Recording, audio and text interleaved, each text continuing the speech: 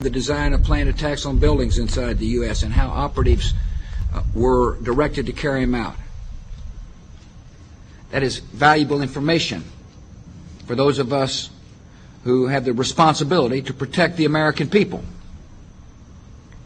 He told us the operatives had been instructed to ensure that the explosives went off at a point that was high enough to prevent people trapped above from escaping.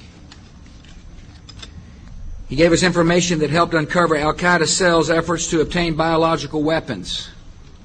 This is Building 7, a 47-story skyscraper that fell on the afternoon of September 11th. The government says that fire brought it down. However, 1,500 architects and engineers concluded it was a controlled demolition. Over 6,000 of my fellow service members have given their lives. And thousands of my fellow first responders are dying. I'm not a conspiracy theorist. I'm a structural engineer. I'm a New York City correction officer. I'm an Air Force pilot. I'm a father who lost his son. We're Americans, and we deserve... I lost my husband. My son. My uncle. My nephew. September 11th, 2001.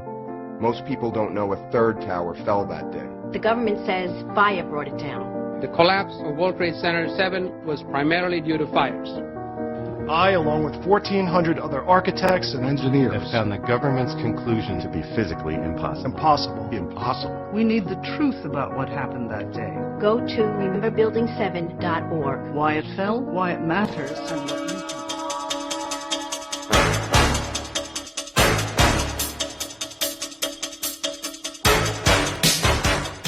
Called Nicodemus of Bethany was in reality the son of Nicomedes the fourth of Bithynia.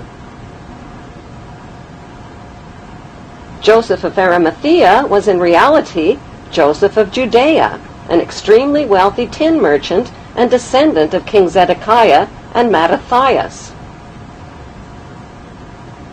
The Virgin Mary of Bethany was in reality Mary of Bithynia, and wife of her rich uncle, Joseph of Judea.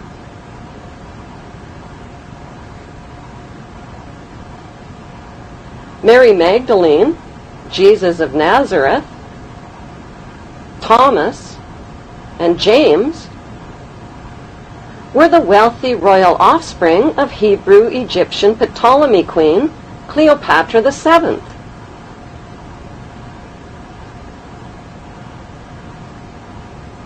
Why did the Bible alter and even omit key historical names and dates?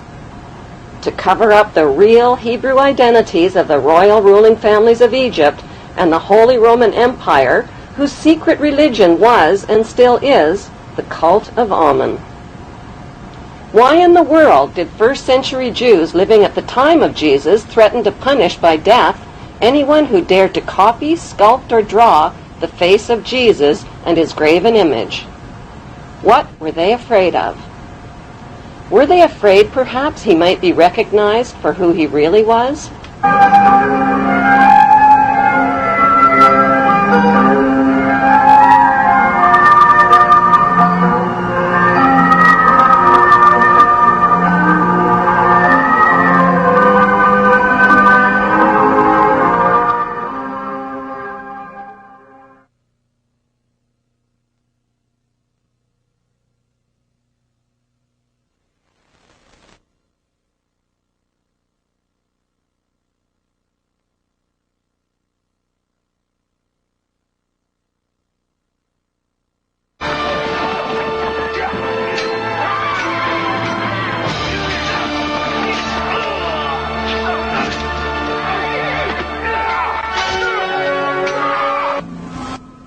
After the crucifixion, a Jewish rebellion against Roman rule broke out in Jerusalem. The Roman soldiers destroyed Solomon's temple, burned Jerusalem, and eventually renamed the land of Israel Palestine. The Hebrew tribes dispersed from the land of Israel and joined together into a ferocious force of brutal seafaring warriors.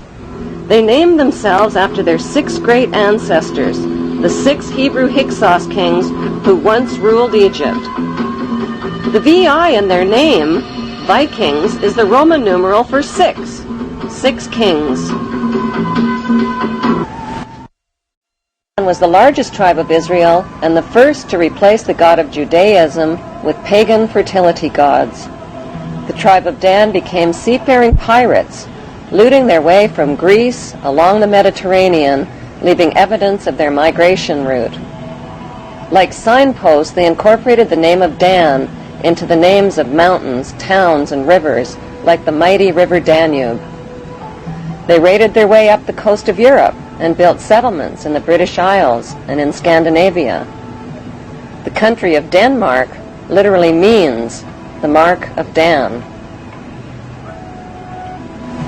Carvings of snakes and dragons on their ships, the red and white stripes on their sails, and archaeological relics reveal that the tribe of Dan became none other than the dreaded Vikings. The pagans arrived like stinging hornets, and spreading on all sides like fearful wolves, robbed, tore, and slaughtered not only beasts of burden, but even priests and monks and nuns. They came to the church of Lindisfarne and destroyed everything, trampled and polluted the holy places. Their mouths froth, their eyes stare, they howl like wild beasts. Joined by the Israeli tribe of Naphtali, they continued their reign of terror through the British Isles, accumulating massive amounts of wealth. Then the unthinkable happened. Their king, King Canute, was crowned King of England, Denmark, Norway, and Sweden in 1016 AD. And so the tribes of Israel had found a new homeland, and the throne of Israel had found a new throne, the throne of England.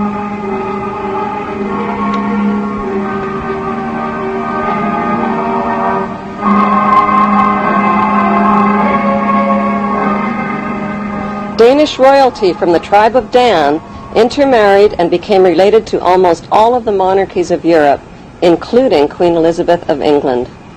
The bloodline of the tribe of Dan was firmly established in royal power circles.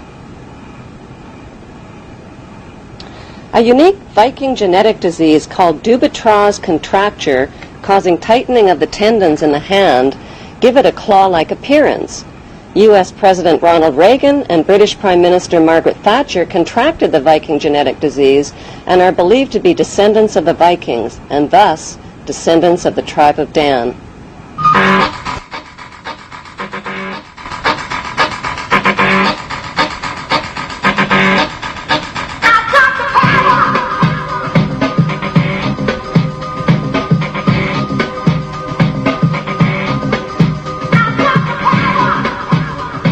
The media has misled the public into believing that Queen Elizabeth II is a symbolic ceremonial figurehead with little or no real power, that she is a cold but harmless old relic who passes her time sipping tea at the palace. Nothing could be further from the truth. As British monarch, Queen Elizabeth II is the wealthiest, most powerful person on earth. She embodies the crown and supreme world power. Presidents of the United States are forbidden any title of nobility and are subservient to the monarch. The U.S. President is Commander-in-Chief of the Armed Forces based at Camp David, which is known to insiders as Camp King David.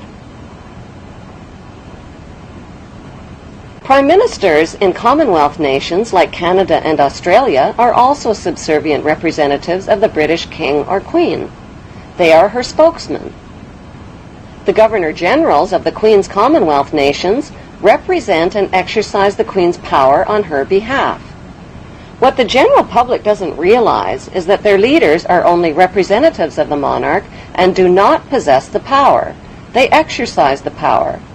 They do not reign, they rule.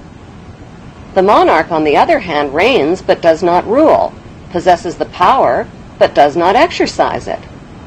By delegating her powers instead of exercising her powers, the Queen is left safely outside and above the conflicts and divisions of the political process.